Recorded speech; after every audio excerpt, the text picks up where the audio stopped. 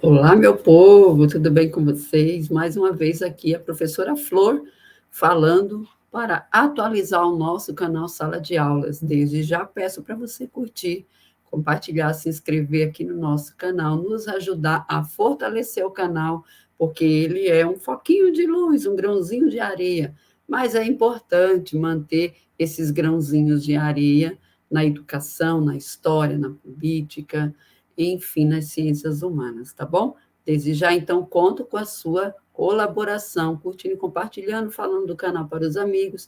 Se puder ajudar financeiramente também, tem o Pix, que eu deixo sempre aqui na descrição, e também está aqui, ó, exibindo aí o número de Pix para vocês, tá bom? Agradeço demais. Vamos lá, então? Vamos às notícias da noite. Gente, hoje tivemos aqui várias notícias bombásticas, tá bom?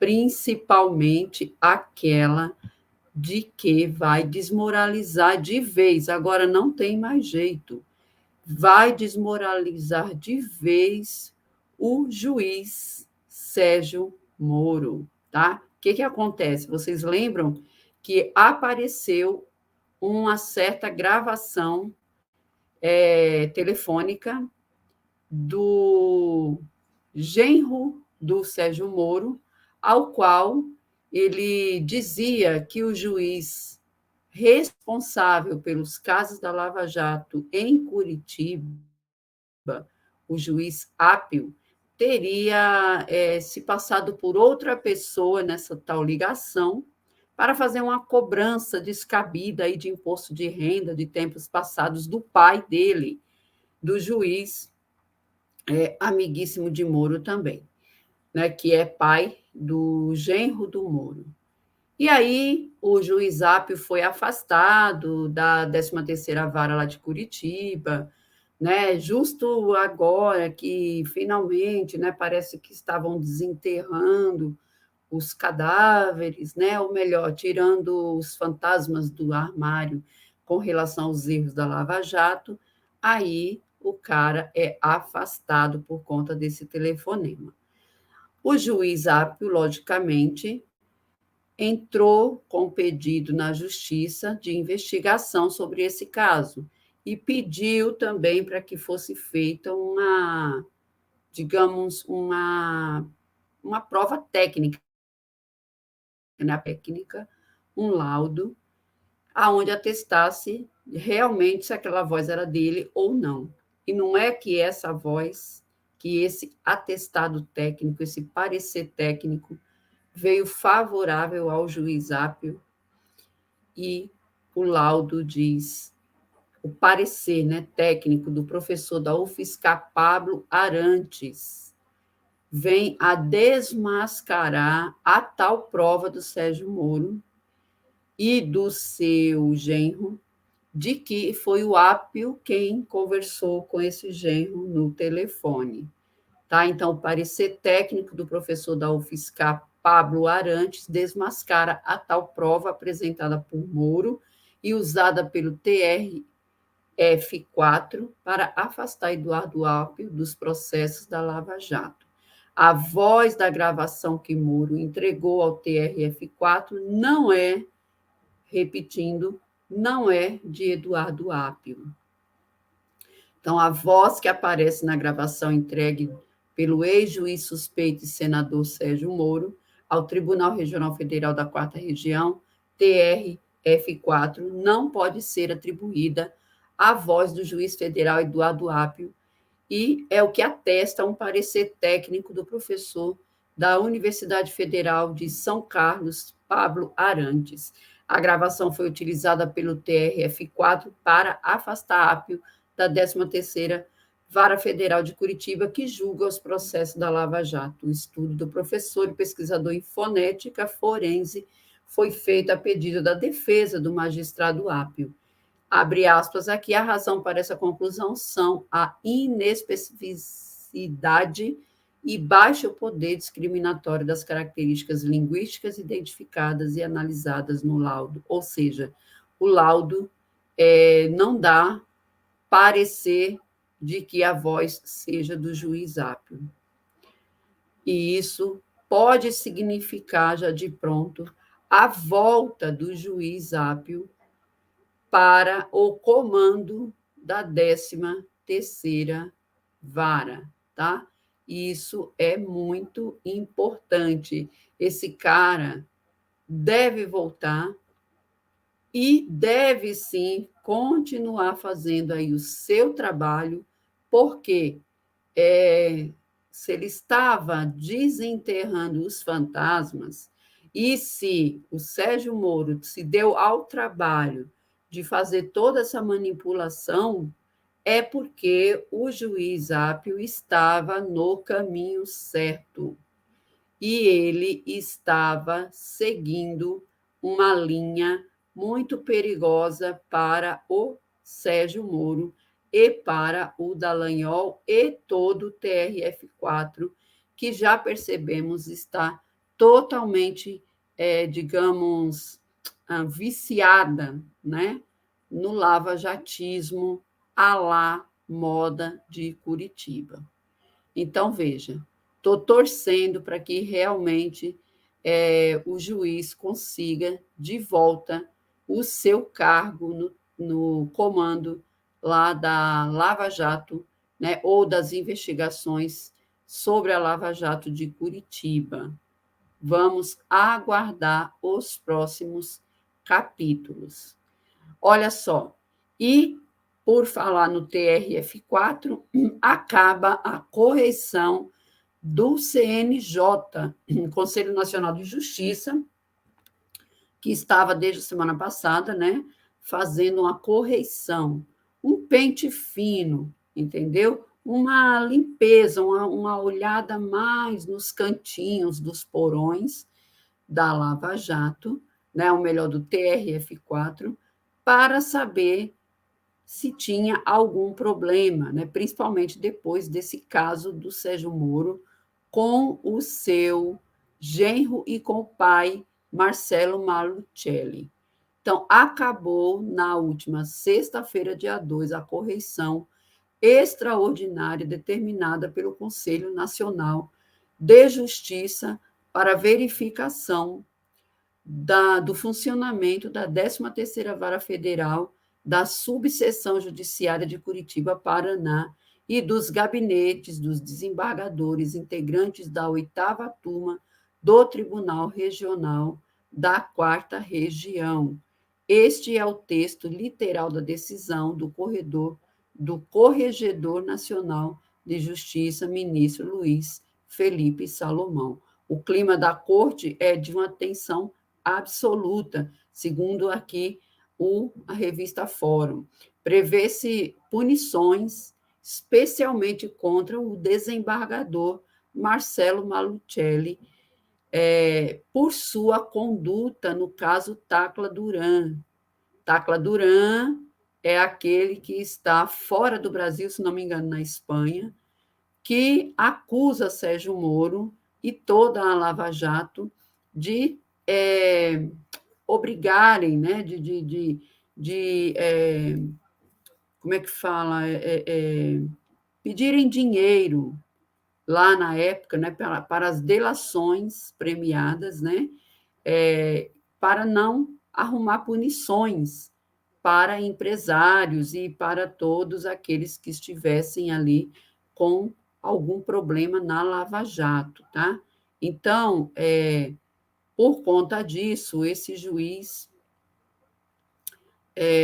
o Malucelli, né, também, que é aí amiguíssimo do Sérgio Moro, está aí envolvido nessa questão. O clima da corte, então, é um clima de tensão absoluta, porque o Marcelo Malucelli é um dos que está previsto para sofrer aí alguma, digamos, punição pela conduta dele, no caso Tacla Duran, e pelas evidências de ação articulada na corte com o seu consogro, o Sérgio Moro. Ele pode ser afastado, Malucelli, do tribunal e está, segundo um desembargador, em frangalhos, né? O cara simplesmente, como diz lá na minha terra, né, está sujo de M dos pés ao último fio dos cabelos. A oitava turma do TRF4 é um barril de pólvora, pois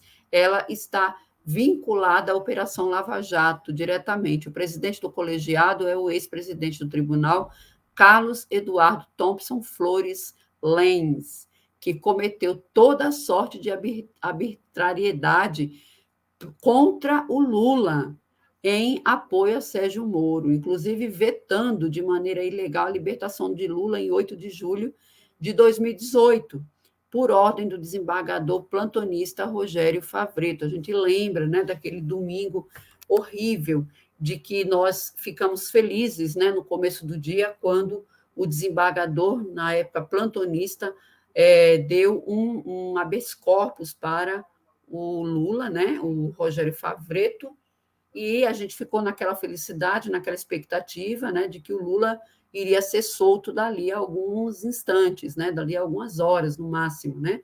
Só que aí teve toda aquela confusão que foi denunciada depois pela Vaza Jato, aonde o Sérgio Moro estava de férias nos Estados Unidos e foi contatado por esse juiz, né, por esse Carlos Eduardo Thompson Flores Lenz, foi contatado por ele e por outros, e de lá dos Estados Unidos, Sérgio Moro proibiu, né, fez manipulações, proibindo praticamente de que soltassem o Lula, né, contrariando a decisão do desembargador plantonista Rogério Favretto, que na ordem da hierarquia, né, jamais poderia ser contestado por um juiz de primeira instância, como era o Sérgio Moro. É pouco provável, entretanto, que a correção recue ao tempo da Lava Jato. O terceiro integrante da turma chegou há pouco. O desembargador Loraci Flores foi nomeado por Jair Bolsonaro pelo TRF4 em novembro de 2022, assumiu dia 20 de abril a relatoria da Operação Lava Jato em substituição do Malucelli. Espera-se que a correção aponte perseguição sofrida por Apio. A ele foram negados, nos últimos meses, tanto o apoio de servidores como de estrutura para dirigir a 13ª Vara. Ou seja, se há alguém na Republiqueta de Curitiba que queira realmente mostrar as vísceras, né, daquela sacanagem chamada Lava Jato, esta pessoa ela é perseguida e ela é totalmente desestruturada, né? Ela é privada, inclusive, dos seus meios de trabalhos mais básicos. É isso que denuncia também o juiz Apio, né? A correição aconteceu na quarta, quinta e sexta-feira passados e foi coordenada pelo juiz federal Otávio Henrique Martins Porte. Completaram a equipe desembargador Carlos Eduardo Delgado, do Tribunal Regional Federal da Terceira Região, e o juiz Cristiano de Castro Jareta, ou Jarreta Coelho, do Tribunal de Justiça do Estado de São Paulo. O chão está tremendo em Porto Alegre, sede do TRF4 em Curitiba, na 13ª Vara em Brasília, onde acontece o jogo do grande poder institucional. Aguardemos aqui as próximas horas, né, ou os próximos dias mais tardar, porque com certeza nós teremos aí grandes novidades, né, neste caso do juiz Apio, tá? Que provavelmente, se tudo der certo, voltará ao comando da 13ª Vara de Curitiba. Sigamos aqui, então, vamos à nossa próxima notícia. E ainda falando da Republiqueta de Curitiba, a juíza do copia e cola, veja só, né, que deve estar, que nem passa o Wi-Fi, né, como diz lá o Aqui Santarém, né, se declara suspeita para julgar o Tony Garcia. Tony Garcia é aquele empresário que denunciou na sexta-feira, em uma entrevista ao 247, denunciou o Sérgio Moro e a própria juíza Hardat, né, de tê-lo ouvido, né, aliás, de tê-lo escutado, mas não tê-lo ouvido, né, o Tony Garcia, que denunciou que sofria ali perseguição, né, do Sérgio Moro no ápice da Lava Jato, e que fez, praticamente obrigou ele, né, o Tony Garcia, a fazer coisas de que ele não queria, como, por exemplo, encaminhar pessoas para depor na Lava Jato, fazer delações premiadas e tudo o mais. Então, vamos seguir aqui. Ó. A juíza federal Gabriela Hardat se declarou suspeita para julgações contra o empresário Tony Garcia, que, no entrevista ao 247, contou como foi usado por Moro como agente infiltrado para que ele perseguisse inimigos e adversários políticos. Como advogado Roberto Betoldo e o ex-ministro José Disseu. Hardat justificou sua suspeição, afirmando que ingressou no Ministério Público Federal com pedido de investigação contra Garcia por suposto crime contra a honra cometido por ele contra a magistrada. Em entrevista ao 247, Tony Garcia disse que decidiu trazer à tona a essas revelações devido às reviravoltas recentes em Curitiba, como a nomeação a remoção, né, do juiz Eduardo Apio, que nós falamos ainda há pouco, e o retorno de Gabriela Hardat, que ficou no lugar, então, do Apio, né? Agora, hoje, nós sabemos uma articulação plena do Sérgio Moro, porque tiraram o Apio, que estava desenterrando os cadáveres do armário, e colocaram a juíza do Copia e Cola, que é amiguíssima do Sérgio Moro. Né? Então, cara de armação, como diria nosso Lula, né? É mais uma armação do Sérgio Moro. Né? Olha só, né? E naquele dia lá que Lula usou essa expressão, né? Foi achincalhado na rede social, né? E também na grande mídia, porque falou que o Moro fazia armações, né? Lula estava certo, né? Lula sempre está certo. O empresário Tony Garcia explica que em 2021 ele decidiu prestar um depoimento completo e honesto a Gabriela Hardat, magistrada, relatando tudo o que sabia sobre as irregularidades e abuso de Moro e seus comparsas no Ministério Público. Eu assisti essa entrevista do Tony Garcia na íntegra, lá no 247, e ele fala, nessa parte aqui, ele fala, eu achava que estava fazendo dando um grande passo, né, para limpar o Brasil, e só que eu estava tipo, trazendo, né, conversando com o meu próprio algoz, né, porque a Gabriela Hardat simplesmente ignorou toda a fala dele, toda a denúncia dele, já que ela é pau-mandado do Sérgio Moro.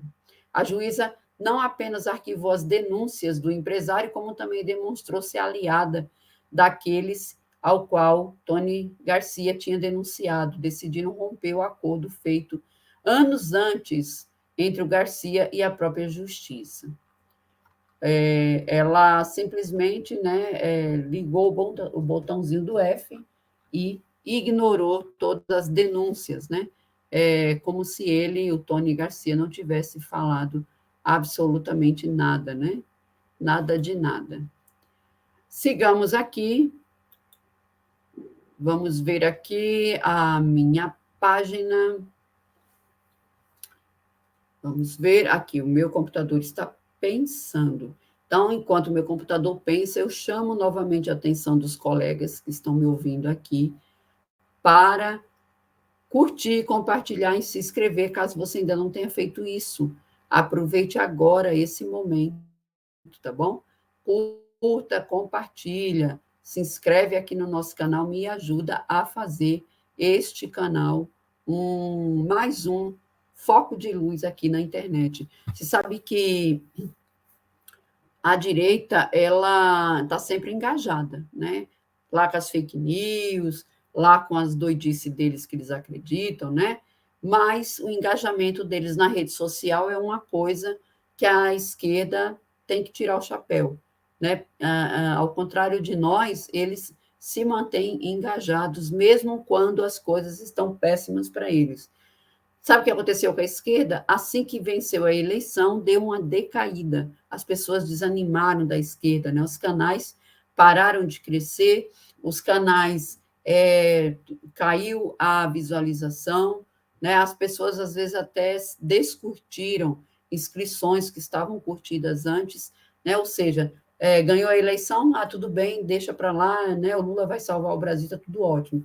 E não pode ser assim. Por quê? Porque nós estamos quem acompanha a política sabe que nós, da esquerda, estamos o tempo inteiro sofrendo ameaças. O governo Lula está sofrendo grandes ameaças. Arthur Lira está fazendo a maior manipulação para manter os seus poderes no Congresso, igualzinho como tinha na época do Bolsonaro. Ele quer fazer do Lula um joguete, assim como ele fez do próprio Bolsonaro, que era presidente, mas era como a rainha da Inglaterra, né?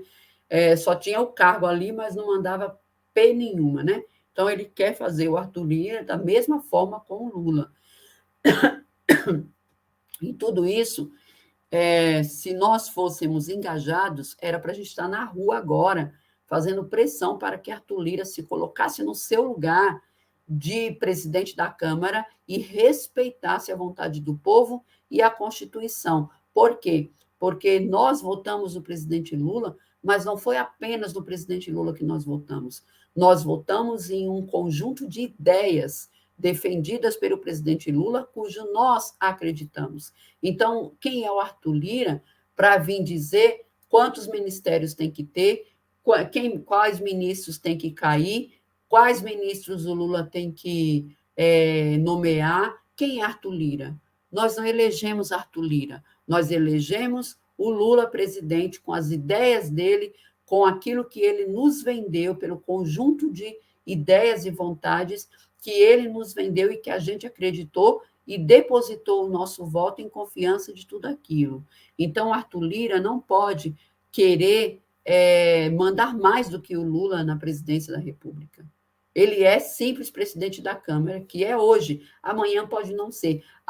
E olha só, ainda tem essa de que o Arthur Lira é presidente da Câmara a partir de uma liminar, cujo qualquer juiz pode derrubar. O Lula, ele é presidente da República não por liminar, ele é presidente da República por conta de mais de 60 milhões de pessoas que votaram nele no segundo turno de 2022, certo? Do dia 30 de outubro de 2022. Então, Arthur Lira tem que nos respeitar. E, por isso, canais como o Sala de Aulas, que é pequenininho, um grãozinho de areia, eu não sou nada, não sou ninguém, não, entendeu? Só que eu acho que se a gente tivesse bastante engajamento, se a gente tivesse visualizações, se cada um daqueles que me acompanha, ou daqueles 1.740 que tem inscrição aqui, é pouquinho, mas se cada um trouxesse mais uma pessoa inscrita para o canal, se cada um assistisse os vídeos, né, mais da metade do tempo, já dava visualizações, se cada um curtisse, compartilhasse, ou seja, cada um fizesse a sua parte, esse canal cresceria muito mais rápido, né? E nós teríamos mais engajamento. E tantos outros canais, a gente fizesse a mesma coisa, canais de esquerda, nós seríamos fortes também na digital, como a gente é forte e como a gente foi forte lá nas ruas, certo? Então, por favor, façam o nosso trabalho, né? Faça a sua parte, valorize o trabalho dos canais de esquerda, tá bom? É importantíssimo. Vamos aqui, então, seguindo para a próxima notícia. Olha só, e assessor mais próximo de Arthur Lira é demitido por ele em meio à apuração da Polícia Federal. Todos nós sabemos, vocês estão aí gagás de saber, que teve a polícia, né? Tem aí uma operação que descobriu aí dólares e mais, né, dinheiro e mais dinheiro em certos cofres, né? Carros suspeitos usados aí por Arthur Lira e tudo mais lá em 2022, né? Então, tudo isso faz com que o Arthur Lira tenha também que responder muitas coisas à sociedade brasileira. né? Próximo do presidente da Câmara dos Deputados, Arthur Lira, Luciano Cavalcante foi demitido do cargo que ocupava na liderança do PP na casa. O agora ex-ajudante do parlamentar foi alvo de um mandato de busca e apreensão cumprido pela PF na semana passada. A exoneração foi divulgada no boletim administrativo da casa nesta segunda-feira. Cavalcante ocupava o cargo em comissão de secretário particular no gabinete do líder do progressista.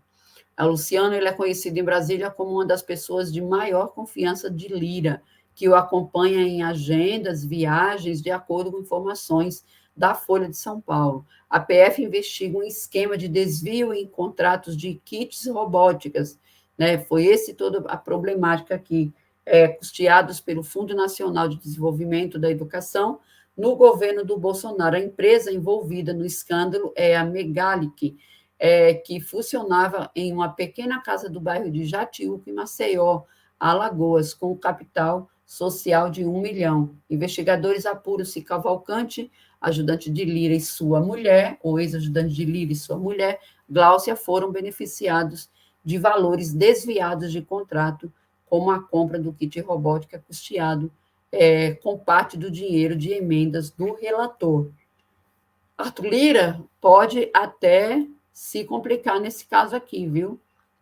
Né? Pode se complicar e quem é ele, né, para ficar botando banca aí com o governo? É isso que mata, né? Porque essas pessoas, eles sabe, são tão corruptos, né? E quando eles, em nenhum momento, eles gostam do Brasil, né? Em nenhum momento o Brasil é o mais importante, né? Para essas pessoas como Arthur Lira, o Brasil é só um grande caixa ao qual eles se utilizam para enriquecer e para manter os seus privilégios, né? Nunca é pelo bem do Brasil, né? Só Lula, só PT, né? E PSOL e partidos aí de esquerda que pensam realmente no Brasil, né? Agora, esses partidos de direita, centro-direita, a grande maioria pensa mesmo no seu próprio benefício, né? Naquilo de que eles querem ter a todo custo, manter o seu status, né? Cada vez mais alto. Então, vamos lá. Ainda falando aqui sobre as denúncias, né, do Tony Garcia, que eu esqueci aqui de mencionar para vocês, vamos ver aqui. Segundo aqui a Gleice Hoffmann, né, ela diz que denúncias que foram feitas pelo Tony Garcia, empresário, sobre a Lava Jato são gravíssimas e precisam ser investigadas. Aparentemente, o buraco da Lava Jato, diz aqui a Gleice, é mais embaixo do que pensávamos. Deputada Gleice Hoffmann cobrou nessa segunda-feira investigação sobre essas denúncias de ilegalidades cometidas pelo ex-juiz Sérgio Moro e pela Procuradoria pelos procuradores da Lava Jato. Essas denúncias, como já falei, foi feita pelo empresário Tony Garcia. Gleice Hoffmann disse que depois das denúncias feitas por um ex-delator, Tony Garcia, aparentemente o buraco da Lava Jato é mais embaixo. Essa história precisa ser apurada, é gravíssimo. Então, sigamos aqui. Vamos ver aqui. Espera aí, pessoal, só um pouquinho que o meu computador está uma bênção. Tenham paciência. E o próprio presidente do partido de Bolsonaro, veja só, hein? Estamos falando aqui do Valdemar da Costa Neto. Valdemar, que, né, não é nada santo, mas até ele está abismado com o que foi feito na República de Curitiba pelo Dallagnol e pelo Sérgio Moro, né? O Valdemar diz o seguinte, que Dallagnol e Moro ultrapassaram limites que não deveriam e que, por isso, merecem ter a punição, né? Merecem pagar muito caro. Veja só, né? O paladino, só que não, né? Da honestidade e da justiça, ao julgar o outro, né? É muito cruel, né? Agora, queria ver se fosse com ele, né? Se ele ia querer que julgassem ele também com essa severidade toda, né? Não que Moro e Dallagnol não mereça. Todos sabem, né, que eu não suporto nenhum nem outro, mas eu fico assim olhando como que essas pessoas de Bolsonaro ou essas pessoas que estão ligadas a ele têm assim uma grande facilidade, né, de jogar os outros na fogueira e tem uma grande facilidade de esconder os seus próprios delitos, né? Então, o presidente nacional do partido do Bolsonaro, Valdemar Costa Neto, fez declarações durante a inauguração do Diretório de São José do Rio Preto, expressando seu apoio à cassação de Deltan Dallagnol e defendendo sanções contra Sérgio Moro na Justiça Eleitoral. Olha só. Ele alertou que a situação vivida por Sérgio Moro e Dallagnol poderá se repetir se Bolsonaro tornasse inelegível. Vamos ver aqui, ele ligou os dois lá ao Bolsonaro. Durante o evento, Valdemar Costa Neto afirmou, ao lado do senador Marcos Pontes e do deputado Luiz Mota, presidente do PL de São José do Rio Preto, eles, Dallagnol e Moro, ultrapassaram os limites da lei e vão pagar caro. O presidente do PL ressaltou que sua posição é difícil, mais uma vez que Dallagnol e Sérgio Moro contam com o apoio dos bolsonaristas, lembrando que o suplente de Dallagnol é do próprio PL. Valdemar esclareceu que não tem nada de pessoal contra Sérgio Moro, mas que precisa cumprir sua obrigação quanto presidente do partido, explicando que porque o segundo colocado do Paraná é do PL, que era um candidato nosso e perdeu a eleição da casa, né? Ou seja, na eleição, o segundo colocado era do PL, e porque Sérgio Moro foi o primeiro colocado, logicamente prejudicou quem estava no segundo lugar, né? Então, de certa forma, aqui o Valdemar está agindo com a cabeça, ele está sendo técnico, né? E não está errado, porque, assim, se uma pessoa, sabe, ganhou uma eleição, mas porque fez uma campanha, né, sem merecimento, né, usou de estratagemas para vencer a eleição e venceu, essa pessoa acabou prejudicando quem não venceu a eleição, né, o segundo lugar, o terceiro lugar, enfim. E aí é necessário que se haja uma averiguação, né, e seja cobrado caro, né? Isso daí eu concordo com o Valdemar, cobrado muito caro para que isso não venha a acontecer novamente. Costa Neto acredita que Sérgio Moro poderá enfrentar problemas na justiça eleitoral, pois teria iniciado a campanha para a presidência da República e gasto dinheiro antes das convenções partidárias. Sigamos aqui, né? Nesses daí, sinceramente, entre Valdemar e Sérgio Moro, eu fico com a briga. Eu não sei vocês. Vamos lá, seguindo aqui, meu povo, caminhando para o final. E olha, mais uma Madalena arrependida, tá? A gente, daqui para frente, nós vamos ver ainda muitas Madalenas arrependidas neste mundo, né, Brasil aqui, neste mundo chamado Brasil, tá?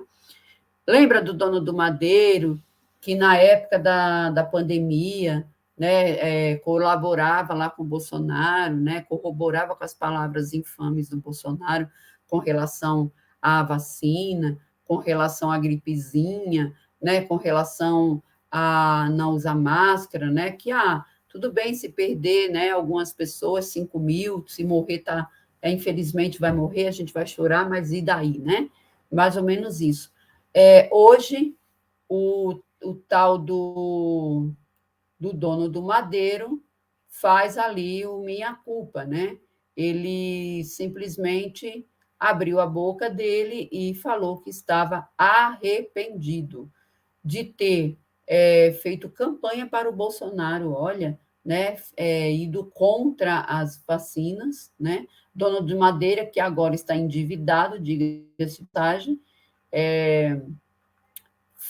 está endividado, né? E aí está vendo que as coisas não são mais como era antigamente, e também provavelmente, né, deve estar aí com um medo muito grande, né, da CPMI, né, chegar nele, né, que com certeza pode ter sido um dos grandes financiadores né, daquela patuscada do dia 8.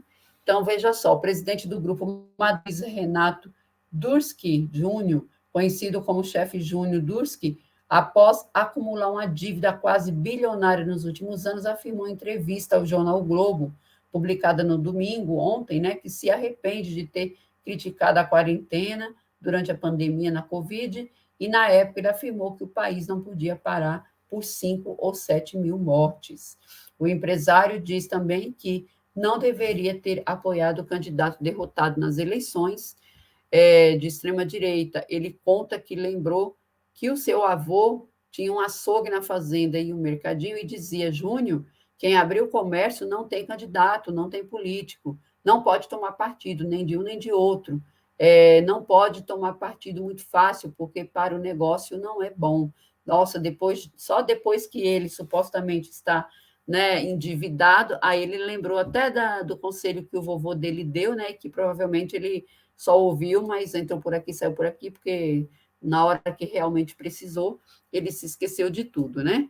A dívida, no segundo trimestre do ano passado, a empresa Madeira apresentava uma dívida de 1 bilhão, prejuízos acumulados acima de 700 milhões, queima de caixa que deixou o grupo com apenas 40 milhões e um plano de expansão visto com apreensão no mercado. Apesar de afirmar que não foram suas declarações que afetaram o seu negócio, ele diz que não repetiria uma declaração daquele tipo. Mas, se me perguntar, faria de novo? Não, eu iria seguir a recomendação do meu avô e tocar minha vida. A torcida é muito grande para que tudo dê muito certo. E naquilo que a gente puder ajudar, é o que tem de acontecer. Ah, agora ele já quer ajudar o governo. Olha que legal. Agora ele já quer ajudar o Brasil. Nossa, que mudança de discurso, né, Bolsonaro? Mais um apoiador seu que, ó, te virou as costas. O Brasil é um país maravilhoso, disse ele, forte, com um povo muito trabalhador, em trabalho, em território, é um país abençoado. Já passamos por tanto, está difícil, mas nunca foi fácil, contou o empresário do Madeiro, né? O tal do chefe o que mesmo? Está esquecido o nome do cara. Eita, o meu computador está uma benção, né? Chefe Júnior Durski. Então, vamos lá, ó, mais um, né? Aqui, ó, eu estou com uma dosinha, só que não, né? Infelizmente. Outro que também, ó, se ferrou de verde e amarelo nesse final de semana foi o Dedê, né? O menino prodígio, o chato, né? O chorão, que agora só parece aquela cara de chorão, né? Deltan Dallagnol, o movimento que tinha marcado para ontem aqui em São Paulo, simplesmente flopou, né? Disse que tinha cento e pouquinhas pessoas, né? 100 pessoas, 100 desavisados, né? Que estava lá com bandeirinha, veja só, né? Zanin não, né? Volta, Deltan, te amamos, Deltan, entendeu?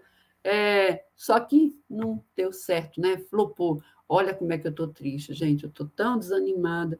Eu quase não dormi à noite, porque 100 pessoas apenas foi no movimento pró-Dallagnol na Paulista, né? Que decepção! Como fazem os ratos, né? Assim que o barco começa a afundar, os primeiros a correr são os ratos, né? Eles são os ratos.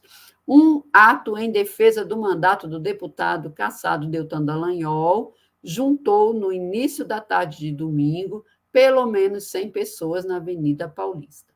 O ato foi tão esvaziado que não mereceu nem nota em quase nenhum veículo de comunicação.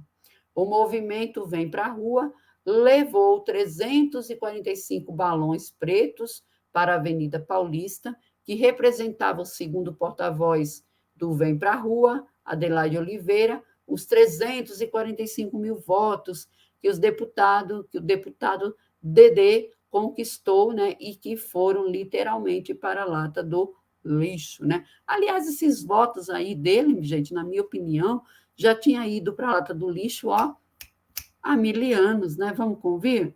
Vamos convir? Porque a pessoa que vota no Deltan Dallagnol, que votou no Sérgio Moro, que vota na família Bolsonaro, não está fazendo outra coisa senão jogando seu voto fora. É ou não é?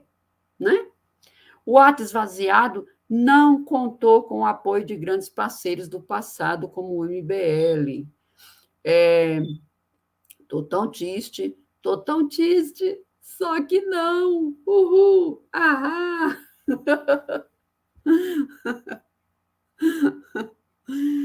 Ai, ai, tá vendo como é que é a vida, meus amores? A vida é assim, é um bumerangue, vai e volta, né? Às vezes as pessoas estão lá em cima no topo do poder, né?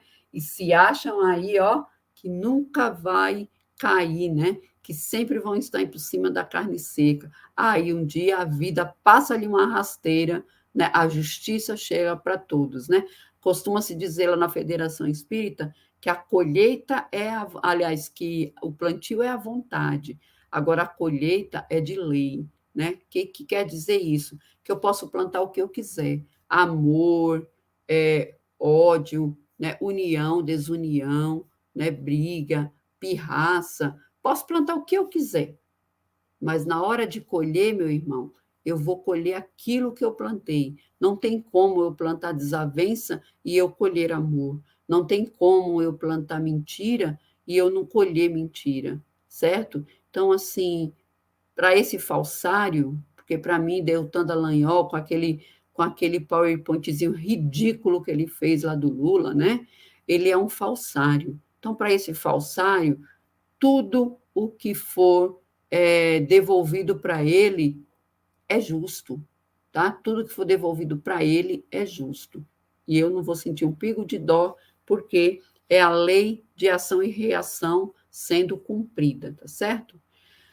Sigamos aqui, meus queridos, e os petistas celebram o Dia Mundial do Meio Ambiente, tá? Hoje, dia 5 de junho, é o Dia do Meio Ambiente, o Dia Mundial, né, do Meio Ambiente. Então, vamos ver aqui, parlamentares da bancada do PT na Câmara usaram suas redes sociais no dia de hoje para celebrar o Dia Mundial do Meio Ambiente. Para os petistas é preciso conscientização, ação coletiva, proteção e preservação do planeta, além de ser um momento crucial para refletir sobre desafios ambientais, incentivar medidas que possam mitigar os impactos negativos. Nós também acreditamos e lembramos que tem que haver justiça, né? Principalmente aqui para aqueles que foram há um ano atrás, né? Assassinados, como o Bruno Pereira e o jornalista britânico Dom Phillips, foram assassinados por estarem defendendo o meio ambiente. O Dia Mundial do Meio Ambiente é uma data de reflexão, conscientização e luta pelo nosso futuro. No Paraná, possuímos 70 unidades de conservação que já garantiram ao Estado o primeiro lugar em sustentabilidade. Quem escreveu foi o deputado Zeca Disseu, do Paraná. O líder do governo na Câmara, José Guimarães, PT do Ceará, reafirmou seu compromisso,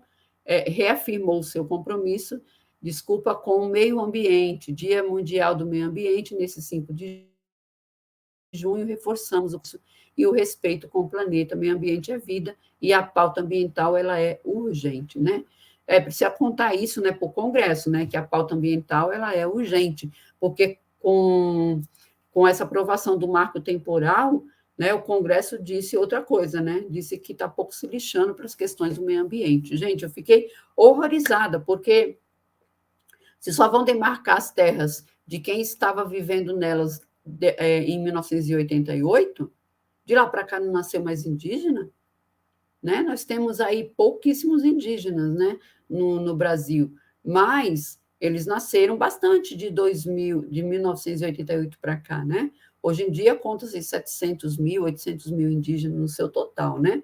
Mas, assim, parte dessas pessoas nasceram no pós-1988. É um absurdo querer olhar para as terras indígenas hoje como se nós ainda estivéssemos na década de 80, né? Pelo amor de Deus. José Guimarães, então, Dia Mundial do Meio Ambiente, nesse 5 de junho, reforçamos nosso compromisso e o respeito com o planeta, meio ambiente é vida e pauta ambiental é urgente, com aqui uma linda foto de uma onça, né, e do Pantanal aqui. Aliás, da Amazônia. E aqui, na parte da tarde, Lula e a ministra do Meio Ambiente, Marina Silva, vão participaram, né, no Palácio Planalto de uma cerimônia comemorativa ao Dia Mundial do Meio Ambiente. Foram anunciadas algumas medidas, assinados atos relacionados à preservação e à conservação do meio ambiente. Hoje, Lula e Marina anunciaram medidas de proteção ambiental, né, que é dever como todo cidadão defender as florestas, a fauna e a flora, bem como que haja aí uma participação, né, de todos para a construção de um país mais sustentável. Quem falou isso foi Odair Cunha. O Dia Mundial do Meio Ambiente, do desmonte à reconstrução do país, sob a liderança de Lula, o Brasil restaura fundos, fortalece órgãos ambientais e combate o desmatamento, destacou o deputado João Daniel, do PT, Sergipe. Hoje também completou um ano, né, do brutal assassinato de Bruno Pereira e do Dom Philips, no Vale do Javari, suspeito de ser o mandante do crime do empresário, do crime é o empresário Rubens Vilar Pereira, que foi posto em liberdade provisória em outubro do ano passado, mediante fiança. Outras 3 pessoas acusadas da participação das mortes dos dois seguem presas, aguardando julgamento. Um ano desse crime bárbaro que vitimou Bruno e Dom, 2 combatentes intensos contra os crimes socioambientais na região do Vale do Javari. Seguimos pedindo por justiça. Bruno e Dom jamais serão esquecidos. Palavras aqui da deputada Benedita da Silva, PT, Rio de Janeiro. Já a deputada Érica Cocai, do PT-DF, escreveu que a luta deles, né, de Bruno e Dom Philips, jamais será esquecida. O dia que era de celebração e reflexão virou também um dia de luto. Bruno Pereira e Dom Philips foram assassinados há mais de um ano, no Dia Mundial do Meio Ambiente, a mando do crime organizado. A luta deles em defesa dos povos indígenas e do meio ambiente jamais será esquecida. Dandara Tonantins, do PT de Minas Gerais, também afirmou um ano dos assassinatos de Dom e Bruno. Crimes cometidos contra os ambientalistas nem sempre são solucionados. Uma inversão de valores que salva quem destrói, ao invés de quem protege. Ainda assim, não nos calaremos. Queremos justiça por Dom e Bruno. Então, é isso, pessoal. Muito obrigada aí por vocês terem me acompanhado. Outros deputados também fizeram aqui seus twitters, né, sua declaração, como Alexandre Lindenmeyer, Paulo Guedes, do PT Minas Gerais, Washington Quaquá, do PT Rio de Janeiro, né, e outros aí que lembraram, né, falaram aí sobre esse dia tão importante, né, que é o Dia Mundial do Meio Ambiente, mas que também, como disse aqui a deputada Cocai, é também um dia de reflexão e um dia de luto, né, porque ainda não estão presos todos aqueles que confabularam, né, e que executaram aqueles crimes tão bárbaros, né? E é muito triste. Mas também temos que lembrar de que, como diz Lula, né, podem arrancar uma rosa do jardim, mas jamais impedirão a chegada da primavera, não é verdade? Então, Bruno, Dom, Marielle, Madre Dorothy, né? A Dorothy, Chico Mendes, tantos outros, né? Tiveram suas vidas ceifadas na luta para o bem do Brasil, né? Na luta pelo meio ambiente. Tiraram rosas, tiraram cravos, mas a primavera sempre há de chegar e outras flores nascerão, né? Outras rosas nascerão, outros cravos nascerão e vão ter o mesmo combate, tá bom? Até o dia que, mesmo que nós não estejamos mais aqui, mas um dia chegará aonde todos nós estaremos, eita, estaremos em um mundo mais justo, né? De pessoas boas e um mundo cheio de amor e de natureza, né? E o meio ambiente vai estar salvaguardado. Eu acredito nisso. Eu acredito na lei da reencarnação.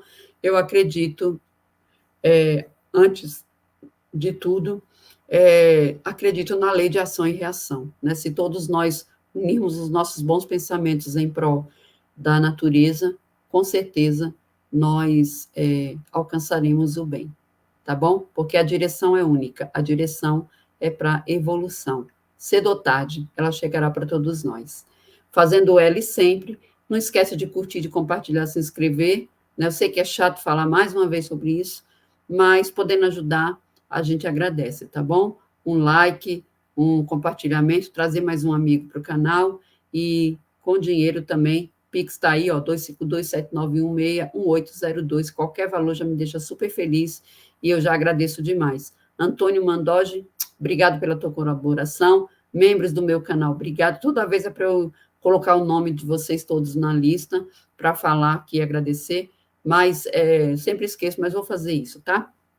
Agradeço de coração cada ajuda, tá bom, gente? Cada Pix mandado, cada membro do canal, cada pessoa que curte, cada pessoa que comenta, tá? Que compartilha, que traz um amigo, um parente para se inscrever aqui no canal. Aos poucos, eu acredito que a gente vai crescer, tá bom? Até o próximo e fica com Deus.